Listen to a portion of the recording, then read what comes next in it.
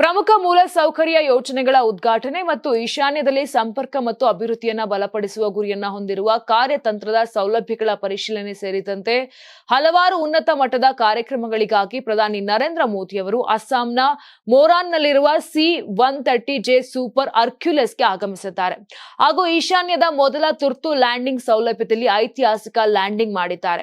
ಅಸ್ಸಾಂನ ದಿಬ್ರುಗಢದಲ್ಲಿರುವ ದೇಶದ ಮೊದಲ ಹೆದ್ದಾರಿ ತುರ್ತು ಲ್ಯಾಂಡಿಂಗ್ ಸೌಲಭ್ಯದಲ್ಲಿ ಭಾರತೀಯ ವಾಯುಪಡೆಯ C-130J ಸೂಪರ್ ಹರ್ಕ್ಯುಲೆಸ್ ವಿಮಾನವನ್ನ ಇಳಿಸಲಾಯಿತು. ಅಸ್ಸಾಂನ ಹೆದ್ದಾರಿ ಪಟ್ಟಿಯ ಮೇಲೆ ನಿರ್ಮಿಸಲಾದ ಈ ಸೌಲಭ್ಯವು ಯುದ್ಧ ಅಥವಾ ತುರ್ತು ಸಂದರ್ಭದಲ್ಲಿ ಯುದ್ಧ ವಿಮಾನಗಳು, ಸಾರಿಗೆ ವಿಮಾನಗಳು ಮತ್ತು ಹೆಲಿಕಾಪ್ಟರ್ಗಳಿಗೆ ಪರ್ಯಾಯ ಲ್ಯಾಂಡಿಂಗ್ ಸ್ಥಳವನ್ನ ಒದಗಿಸುತ್ತದೆ.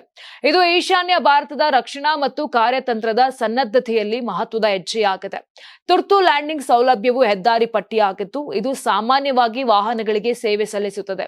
ಆದರೆ ಅಗತ್ಯವಿದ್ದಾಗ ವಿಮಾನ ಲ್ಯಾಂಡಿಂಗ್ ಮತ್ತು ಟೇಕ್ ಆಫ್ ಗಳಿಗಾಗಿ ರನ್ವೇ ಆಗಿ ಪರಿವರ್ತಿಸಬಹುದು. ಇದು ಭಾರತ ಚೀನಾ ಗಡಿಗೆ ಬಹಳ ಹತ್ತಿರದಲ್ಲಿದೆ. ಈಶಾನ್ಯ ಭಾರತದಲ್ಲಿ ಈ ರೀತಿಯ ಮೊದಲ ಸೌಲಭ್ಯ ಇದಾಗಿದ್ದು, ಭಾರತೀಯ ವಾಯುಪಡೆಯ ಸಮನ್ವಯದೊಂದಿಗೆ ಅಭಿವೃದ್ಧಿಪಡಿಸಲಾಗಿದೆ. ಯಾರಾಗ್ತಾರೆ ಎಂಎಲ್ಎ ಅಭ್ಯರ್ಥಿ 2028 ಶೀಘ್ರದಲ್ಲೇ.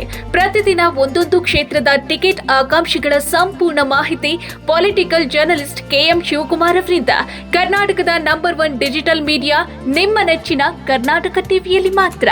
ನೀವು ಸಣ್ಣ ಆಗ್ಬೇಕಲ್ವಾ? ಅದು ಒಂದು ಉತ್ತಮ ಆಹಾರದಿಂದ ಸಣ್ಣ ಆಗ್ಬೇಕಲ್ವಾ? ಪ್ರತಿದಿನ ನಮ್ಮ ಜೀನಿ ಸ್ಲಿಮ್ ನ ಯೂಸ್ ಮಾಡಿ ಯಾವುದೇ ಸೈಡ್ ಎಫೆಕ್ಟ್ ಇಲ್ದಂಗೆ ನೀವು ಸಣ್ಣ ಆಗ್ತೀರಾ.